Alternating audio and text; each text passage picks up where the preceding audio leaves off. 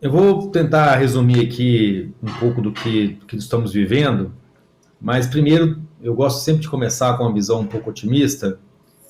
Eu falo que, do ponto de vista assistencial, nós estamos vivendo um momento dos cenários que nós desenhamos, o cenário mais otimista, tá? Isso do ponto de vista assistencial. Então, nós tínhamos aí uma previsão de pessoas que fossem infectadas, pessoas que tivessem que ter atendimentos em hospitais, pessoas que tivessem talvez que ter atendimentos em UTIs. E como a nossa população, né, os nossos beneficiários são o grupo mais envelhecido dos segmentos, né, de plano de saúde, as autogestões têm hoje em torno de 30% de idosos, então a gente tem essa carteira mais envelhecida, a gente temia muito, né, estávamos muito temerosos pelo reflexo que a Covid poderia trazer sobre os nossos beneficiários, pelo que a gente assistiu, né, nos países que antecederam o Brasil nessa pandemia, o forte ataque que tinha, né, a forte gravidade que vinha nas pessoas mais idosas. Então, isso era uma preocupação muito forte nossa, mas eu começo dizendo que estamos vivendo um cenário que, do ponto de vista assistencial, ele é um cenário dos mais otimistas do que a gente desenhou lá atrás. Talvez o ponto negativo seja o prazo em que a gente vai conviver, né, com essa pandemia. Talvez a gente não tenha desenhado tão positivamente um prazo tão longo como se apresenta, né? A gente está ainda sem algum norte de quando de fato a gente começa a ter um número realmente de queda de casos, então a gente ainda teme um pouco sobre o tempo de duração dessa pandemia aqui no Brasil, principalmente, e o quanto isso pode também agravar um pouco mais a nossa situação.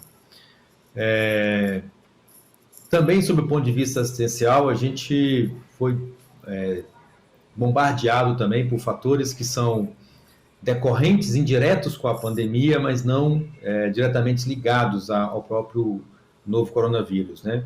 Que são as questões do tratamento das pessoas que a gente já acompanha, os nossos crônicos, os nossos pacientes que já fazem acompanhamento, e como a gente poderia estar dando continuidade a esses tratamentos para evitar que essas pessoas tivessem a sua situação de saúde agravada e a gente pudesse manter esse contato. Então, esse tem sido um desafio, né? Mesmo com tudo que a gente vem avançando do ponto de vista de tecnologia para que dê maior acesso dentro do ambiente em casa, para que a gente possa ter aí a telemedicina, teleatendimento, telemonitoramento. A gente vem utilizando dessas ferramentas, mas tem sido um desafio para a gente acompanhar esses pacientes, manter esses pacientes dentro da sua linha de cuidado, dentro da sua coordenação de cuidado. As autogestões sempre tiveram isso como premissa, né? É o segmento também que mais previamente, pioneiramente investiu em atenção primária, e a gente tem tido uma dificuldade grande de ter a continuidade desse trabalho por conta de todos os reflexos que a pandemia traz. Outro ponto negativo também muito forte que eu queria destacar é o ponto de vista de informação, né? A gente tem tido um problema muito grave de informação, de coordenação entre os setores, né? A gente sabe que o conceito ampliado de saúde ele é muito mais do que o atendimento no serviço de saúde. A saúde está totalmente ligada a fatores sociais, econômicos, culturais, né? Laborais, e tudo isso foi muito afetado pela pandemia, e a gente entende que as coordenações dessas ações não estão da forma como a gente gostaria que estivesse. Então, isso vem trazendo diversos transtornos para a gente, né? A gente tem uma ação muito forte junto com as equipes de saúde ocupacional das empresas, os quais são nossas patrocinadoras, e a gente vem vivendo, então, esse dia a dia de muita incerteza, muita dificuldade de entender qual o melhor processo para o retorno ao trabalho, quais são os melhores formas de se fazer as testagens, né, de dar segurança a essas pessoas. Então, esse tem sido, neste momento, por exemplo, nessa semana, um desafio muito grande de tentar encontrar esses protocolos, essas formas de fazer isso.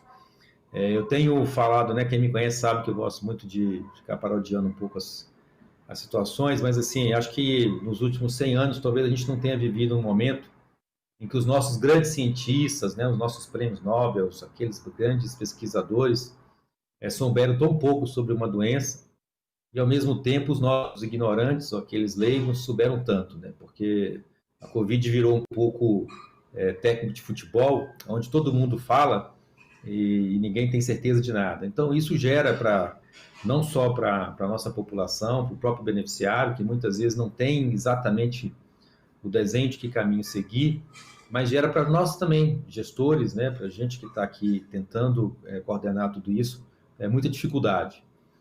Então, esses têm sido os desafios que vem trazendo ao dia a dia. Fora as questões locais, né, o Brasil é um país continental, então a gente tem situações totalmente divergentes de um estado para outro. Isso também torna o nosso desafio ainda maior. Então, a gente tem situações aí do norte, nordeste, diferentes das situações de São Paulo, diferentes das situações do sul. Então, isso também é um ponto que faz com que a gente tenha que ter muito jogo de cintura e, mais uma vez, né, tentar buscar o maior número de informação possível para que a gente possa estar atendendo esses participantes. A gente não se fugiu, por exemplo, a ter aqui participantes do norte para tratamentos aqui no sudeste. Isso foi uma realidade para a gente aqui de autogestão, até porque essa é uma característica da nossa carteira de estar em localidades, muitas vezes, que o mercado privado não está, né? Onde o mercado privado, às vezes, não tem interesse em ofertar um plano de saúde, até pela pouca oferta de serviço, né? Não há como trabalhar nesse sentido. As autogestões não têm essa escolha, né? Se tem uma mina da Vale, tem a autogestão do PASA lá cuidando dessas pessoas. Se tem uma agência do banco, ou um aposentado do banco lá vivendo, tem lá a CACI para cuidar dele, assim com a Caixa, assim com os Correios. Então, a gente tem que, como se diz aí, se virar nos 30 para poder fazer acontecer da forma que a gente tem aí. Então, acho que esses são alguns pontos que a gente entende que não adianta ficar chorando sobre o leite derramado. Eu acho que não é essa a proposta é sempre de olhar para frente, mas é importante a gente entender muito o impacto de não fazer.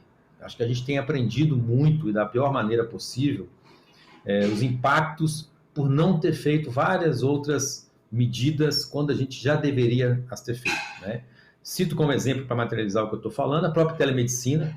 A gente se furtou a esse debate por tanto tempo, e aí teve que fazer de forma abrupta, sem talvez a segurança que pudesse ter sido melhor desenhada, sem ter essa forma de uma forma mais gradual, capacitando melhor todos, né, beneficiários, médicos, serviços. Então, a gente pagou um preço agora, por exemplo, por não ter feito essa discussão.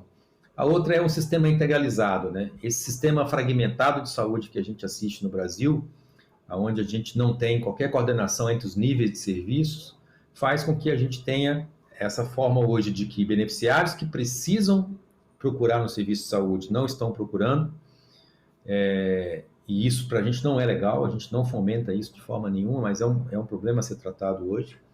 E, ao mesmo tempo, beneficiários talvez pudessem estar sendo atendidos em casa, também não têm informação adequada e procuram inadequadamente o serviço de saúde, se expondo a contaminações desnecessárias e tudo mais.